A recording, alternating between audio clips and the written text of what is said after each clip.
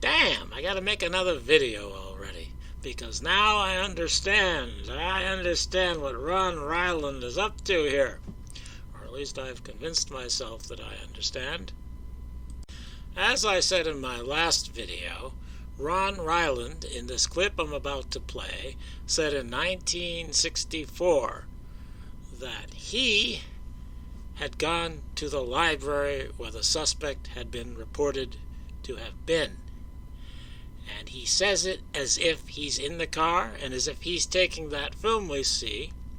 But as I said in that video, and as the kid I referred to said, that film was taken by Steve Pieringer, not by Ron Ryland. And Ryland is lying here when he says he went to the library. I'm going to play that clip again. At this point, we once again jumped into our units following a whole group of police cars that went racing over towards Jefferson Avenue to a public library. At the library, once again, our police radios said that the man that we were seeking had run into the Texas Theater. So Ryland seems to be recounting the sequence of events here.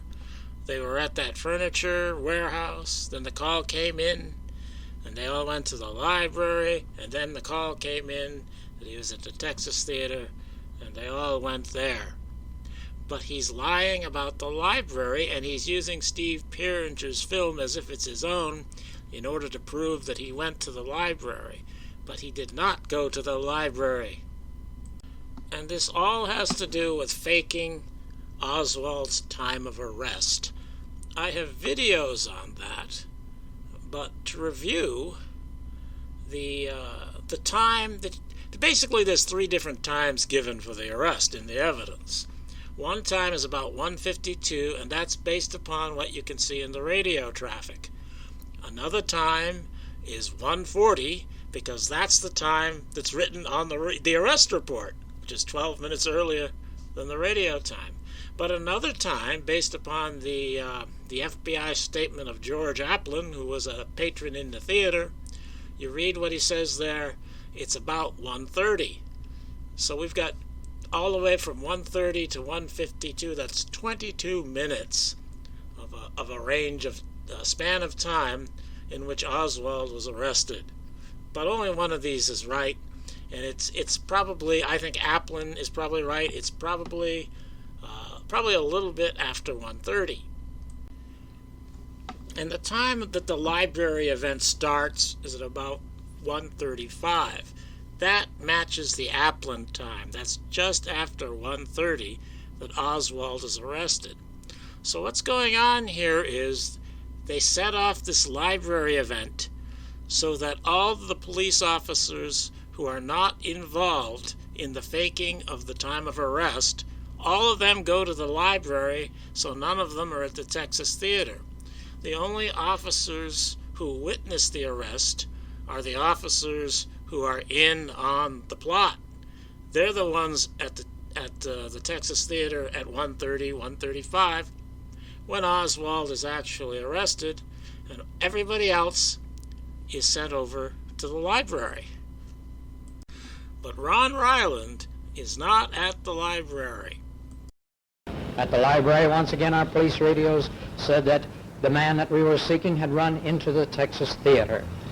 We dashed down to the Texas Theater, ran into the building, raced down to the first floor of the theater. There was a man sitting about 3 rows from the back of the theater. He jumped up and shouted, "This is it." Indeed, this is it. We know Ron Ryland was at the Texas Theater when Oswald was arrested because Ron Ryland had film of Oswald's arrest. Ron Ryland was at the Texas Theater when Oswald really was arrested at about 1:35. He was not at the library at 1:35. Steve Pieringer was at the library at 1:35. Steve Pieringer took the film, and then later in 1964, in this film Ron Ryland is making for broadcast on WFAA, I guess it is, he lies and says that he went to the library, and he uses Steve Pieringer's film to support his lie. It's not his film. It's not his television station's film. It's not his television network's film. It's somebody else's film, but he pretends for this film that it is his film in order to prove that he was at the library when really he was at the Texas Theater for Oswald's actual arrest. So what I'm saying here is that Ron Ryland was a part of this plot. He was a part of this faking of the time of arrest, and he knew it in real time, and he's lying about it here a year later. And now I'm going to finish out this video by playing his whole report here so that you can appreciate some of the context. For me, the beginning was at the Texas Book Depository. First thing I knew about the assassination when I came across police radio that shots had been fired. Instinctively, I raced for the Texas Book Depository, ran into the building with Secret Service agents, when one of the men raced up to us and said, "There's been a shooting of an officer in Oak Cliff." We raced out of the building, jumped into our unit that was parked at the curb. We went to 10th Street here in Oak Cliff. An officer had been shot. The crime lab was here, investigating officers, witnesses. And this was the first that we knew that the officer was J.D. Tippett.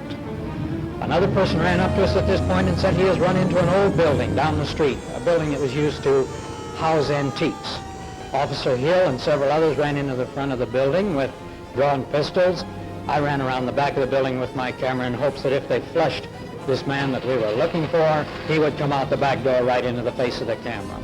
At this point, we found a gray jacket that once again this unknown man had abandoned. At this point, we once again jumped into our units following a whole group of police cars that went racing over towards Jefferson Avenue to a public library. At the library, once again, our police radios said that the man that we were seeking had run into the Texas Theater.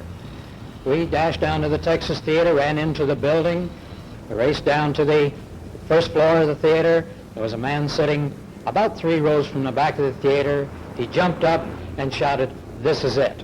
Officer Hill, McDonald, others jumped him and quickly manacled the man and hustled him out through these doors to a squad car that was waiting at the curb. This was the first time that anyone had even mentioned that this man was possibly tied in with the assassination. The crowd standing around in front hollered, "Kill him! Hang this man!" They hustled him away, turning the corner for City Hall.